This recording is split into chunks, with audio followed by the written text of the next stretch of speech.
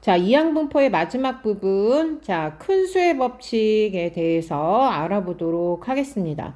자, 큰 수의 법칙이라고 한다면, 네, 상대도수와 수학적 확률 사이의 관계를 얘기를 하고 있는데요. 결론적으로 말하자면, 예, n이 충분히 크다, 시행횟수가 충분히 크다면 수학적 확률과 통계적 확률은 거의 일치한다. 이게 바로 큰 수의 법칙이에요. 자, 이렇게 선생님이 말로 표현하면 잘 이해가 안 갈 수 있기 때문에 자, 선생님이 예를 한 가지 들도록 하겠습니다. 자, 한 개의 주사위를요.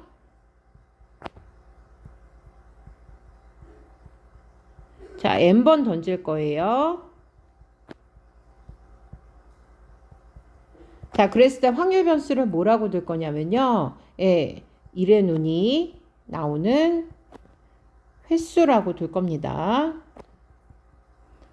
여러분 이거 아시겠지만 독립시행으로 이루어지는 이항분포 따른다는 거는 앞에서 배워서 알 수 있겠죠.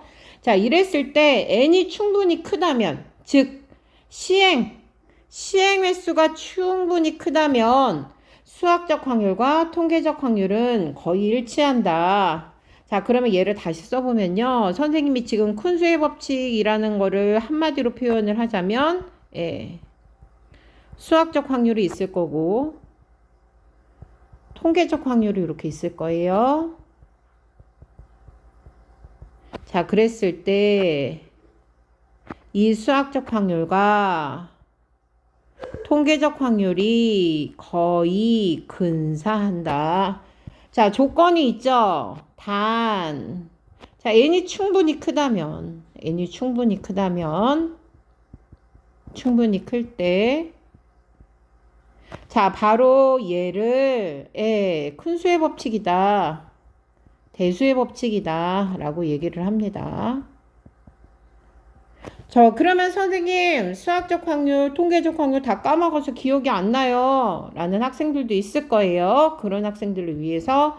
자, 수학적 확률로 주사위를 n번 던질 때 1의 눈이 나오는 횟수를 구해볼까요? 자, 그러면 표본 공간은, 1, 2, 3, 4, 5, 6이 될 거고요. 자, 수학적 확률로 따지면, 자, 1의 눈이 나오는 사건을 A라고 한다면, 거의 6분의 1 확률로 1이 나올 거다라고 이제 여러분이 일반화시켜서 얘기를 할 수가 있겠죠. 그죠? 자, 그렇다면 통계적 확률을 한번 알아보자. 통계적 확률은 뭐냐면 실질적으로 실험을 해서 데이터를 이용을 해서 나오는 확률인 거죠. 네. 주사위를 n번 던집니다. n번 던져요. 자, n번 던져요. 그랬을 때, 던질 때 나오는, 1의 눈이 나오는 횟수가 있겠죠? 얘가 바로 통계적 확률이 됩니다. 자, 얘를 갖다가 이제 여러분 뭐라고도 얘기를 하나요? 상대도수라고도 얘기를 하죠? 자, 여러분 중학교 3학년 때 상대도수 배웠었어요. 그죠? 각 별량의 도수를 총 도수에 대해서 비율로 나타낸 건데, 그러니까 결론적으로 우리가 실질적으로 1의 눈이 나올 확률은 6분의 1이라고 말하는 건 수학적 확률이고요. 실험을 통해서 데이터를 통해서 실질적으로 1의 눈이 나오는 횟수, 얘를 통계적 확률이라고 얘기를 해요. 자, 여러분이 실질적으로 주사위를 던져서 통계적 확률을 구해보면 만약에 10번을 던진다. 그러면 1의 눈이요. 10번 중에 6번 나올 수도 있고 9번 나올 수도 있고 그럴 수도 있어요. 그죠? 하지만 n을 충분히 크게 던진다. 즉 뭐 50번, 100번, 뭐 150번, 뭐 1000번 이렇게 던진다면 점점 확률이 수학적 확률 6분의 1에 가까워진다라는 얘기겠죠. 자, 그러면 이 큰 수의 법칙을 우리가 조금 더 식으로서 가까워진다는 걸 알 수 있는 방법이 있을까 해서 자, 선생님이 이 예를 가지고 한번 식화해서 표현을 해 보겠습니다. 자, 선생님이 어떤 식을 보일 거냐면요. 바로 요 식을 보일 건데요. 자, 여러분 지금 선생님이 쓰는 식이 이해가 가나 살펴봅시다. 자, 지금 선생님이 예를 보일 거예요. 예. 자, 이게 뭔지 아시겠어요? 자, 앞부분에 해당되는 건 바로 통계적 확률일 거고요. 자, 뒷부분에 해당되는 건 수학적 확률이에요. 수학적 확률. 자, 그랬을 때 통계적 확률과 수학적 확률의 차이가 0.1보다 작을 확률을 구할 겁니다. 어떻게? 선생님이 n을 변화를 줄 거거든요. 왜냐? n이 충분히 크면 통계적 확률, 수학적 확률이 0.1보다 작을 확률이 더 높아지겠죠? 이해 가시나요? 선생님은 0.1, 그러니까 차이가 0.1이라는 것도 굉장히 가깝다는 거잖아요. 통계적 확률과 수학적 확률이. 그런데 n을 실질적으로 n이 10일 때, 25일 때, 50일 때를 다 해봐서 정말 통계적 확률과 수학적 확률이 0.1보다 가까워질 확률이 더 커질까? 그거를 한번 보여볼게요. 자, 그러면 자, 처음에 선생님이 n에다가 10을 한번 대입을 해 보겠습니다. 그래서 실질적으로 여기 형광펜 친 확률이 어느 정도 나오는지를 좀 알아볼게요. 자, 절대값 n이 10이기 때문에 10분의 x 마이너스 6분의 1이 0.1보다 작은 확률을 구하면 되겠죠. 자, 절대값 풀이법에 의해서 얘는 마이너스 0.1보다 크고, 자, 이렇게 될 겁니다. 자, 그래서 좌변, 우변에, 자, 6분의 1을 더할 거고요.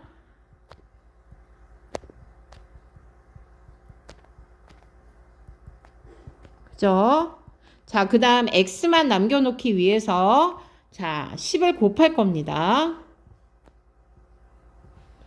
잘못 썼죠? 10을 곱할게요.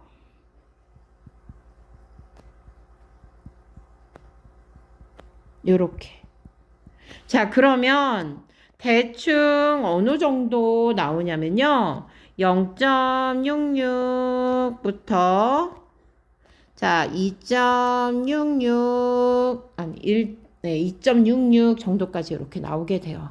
근데 여러분 지금 확률 변수 x가 이산 확률 변수잖아요. 그러니까 이 안에 있는 확률은 우리가 실질적으로 x가 1일 때 이 안에 포함이 되어 있는 x가 2일 때 확률을 구할 수가 있겠죠. 그래서 여러분 이거 독립시행의 확률을 이용을 해서 확률을 구하면 자 0.6137 이렇게 나옵니다. 자, 이 수치를 기억을 해두고 이번엔 n에다가 25를 대입을 해볼게요. 점점 총 시행 횟수가 커지고 있죠. 자, 그래서 25분의 x 마이너스 6분의 1. 자, 0.1 해서 동일하게 위와 같은 작업을 반복을 합니다.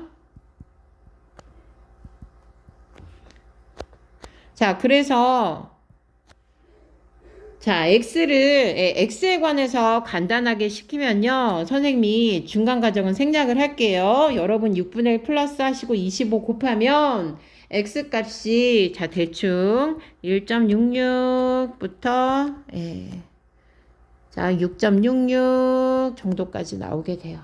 자, 그래서 얘는 요 사이에 있는 확률 변수 자연수를 따지면 x는 2일 때, x는 3일 때 해서 자, x는 6일 때까지 되겠죠. 그래서 독립시행의 확률을 이어서 각각의 확률을 다 구해보면 0.8279가 나옵니다. 점점 확률이 높아지고 있어요. 총시행 횟수를 높이니까 지금 n분의 x 통계적 확률과 수학적 확률이 0.1보다 작을 확률이 점점 더 높아지고 있어요. 자, 이제 마지막 3번이죠. 자, n에다가 50을 대입을 해볼게요. 자, 그러면 똑같은 식, 자, 50분의 x 마이너스 6분의 1이 자, 0.1보다 작을 확률 구하는 거니까 자, 마찬가지로 동일한 작업 자, 50분의 x 마이너스 6분의 1 자, 0.1 이렇게 될 거고요. 자, 좌변 우변에 6분의 1을 플러스하고 50을 곱하면요. 50을 곱하면 자, 3.33보다 크고 x가 자, 13.33보다 작다. 이렇게 나오게 됩니다. 자, 그래서 요 안에는 이산항열 변수, 자연수가 되는 확률 변수 값만 따지면 x는 4부터 자, x는 13까지. 자, 그래서 각각을 독립시행의 확률로 구해보면 자, 0.9455 이렇게 돼요. 자, 그러면 여러분 봅시다. 자, 지금 위에 있는 식의 총 시행 횟수를 높였어요. n은 10일 때는 0.6137이 나왔고요. n은 25일 때는 0.8279, n은 50일 때는 0.945가 나왔죠. 자, 0.945는 거의 확률 1에 가깝다고 볼 수 있어요. 그러면 얘는 뭐라고 해석을 할 수 있느냐? 자, 주사위를 50번 던졌을 땐 통계적 확률, 던져서 나오는 1의 눈의 횟수와 수학적 확률이 0.1보다 작을 확률이 가장 높은 거죠. 그러니까 차이가 거의 나지 않는다. 확률이 거의 1이나 가까우니까. 그래서 이렇게 해석을 할 수 있는 거예요. 그래서 지금의 결과로 자, 어떤 결론을 낼 수 있나요? 네. 시행 횟수가 충분히 크면 상대 도수는 총 통계적 확률에 가까워진다. 즉, 큰 수의 법칙에 의해서 총 시행 횟수를 충분히 크게 하면 통계적 확률과 수학적 확률은 거의 가까워지더라. 그래서 바로 요 식이 결론에 도달할 수 있겠죠. 그래서 바로 이것이 큰 수의 법칙이다.